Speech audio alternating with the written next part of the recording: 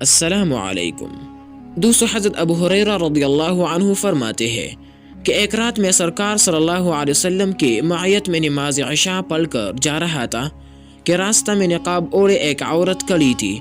کہنے لگی، اے ابو ہریرہ، میں نے گناہ کیا ہے، کیا توبہ ہو سکتی ہے؟ میں نے پوچھا، کیا گناہ کیا ہے؟ کہنے لگی، میں نے زنا کروایا اور حرامی بچے کو قتل کر ڈالا۔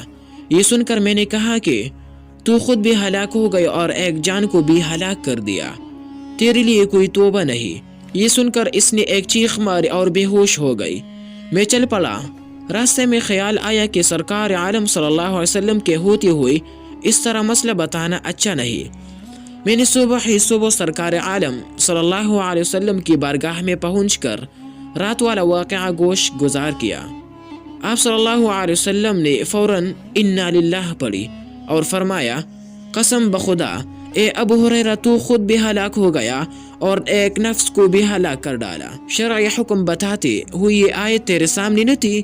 والذین لا يدعون مع اللہ الہا آخر ولا يقتلون النفس التي حرم اللہ الا بالحق ولا يزنون۔ ترجمہ، اور وہ جو اللہ کے ساتھ کسی دوسرے معبود کو نہیں پوچھتے اور اس جان کو جس کے اللہ نے حرمت رکھی ناحق نہیں مارتے اور بدکاری نہیں کرتے۔ فَأُولَئِكَ يَعْبُدُ اللَّهُ سَيِّئَاتِهِمْ حَسَنَاتٍ وَكَانَ اللَّهُ غَفُورًا رَحِيمًا۔ ترجمہ، تو ایسو کی برائیوں کو اللہ بلائیوں سے بدل دے گا اور اللہ بخشنے والا مہربان ہے۔ یہ سن کر میں آپ صلی اللہ علیہ وسلم کی بارگاہ سے نکل کر مدینہ شریف کی گلیوں میں دوڑ کر کہتا تھا کہ ہے کوئی جو مجھے فلاں اوصاف والی عورت کے بارے میں بتائے، حتیٰ کہ رات کے وقت مجھے وہ عورت اسی جگہ ملی۔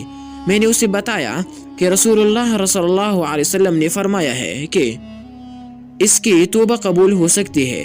اب اس نے خوشی سے چیخ ماری اور کہنے لگی، میرا ایک باغیچہ ہے جسے میں اپنے گناہ کے کفارہ کے طور پر مساکین کے لیے صدقہ کرتی ہوں۔